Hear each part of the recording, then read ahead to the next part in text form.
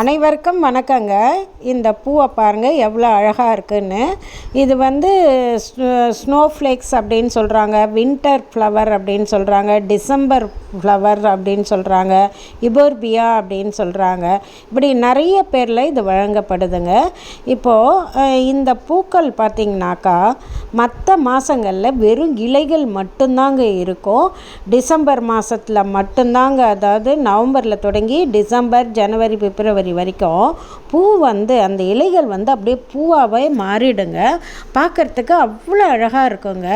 கொத்து கொத்தாக ஒரு செடியில் அப்படியே கொத்து கொத்தாக இருக்குங்க. அந்த இலைகள் பூவாக மாறுற அதிசயத்தை நம்ம பார்க்கலாம்.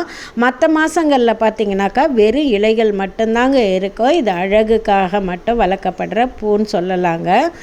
டிசம்பர் தாங்க பீக் சீசன். இது ரொம்ப அழகான பூக்கள்ங்க. இப்போ எங்கள் மாடி தோட்டத்தில் பார்த்திங்கன்னா நான் ஒரு செடி தான் வச்சுருக்கேன்.